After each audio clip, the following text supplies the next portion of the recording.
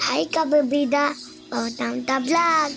Ano po bang photo paper ang ginagamit ni Mami sa kanyang printer? Ito po ay satin photo paper. May 260 GSM na kapal po ito. Kahit saan printer ay kaiba ito reprint. Waterproof, maganda ang kulay. O diba po? Mami po 2 sizes. May 3R, 4R, 5R, at 8R. Ito po inagamit ni Mami sa ani printer na pigment. Kaya subukan nyo na po ito sa inyong small printing business.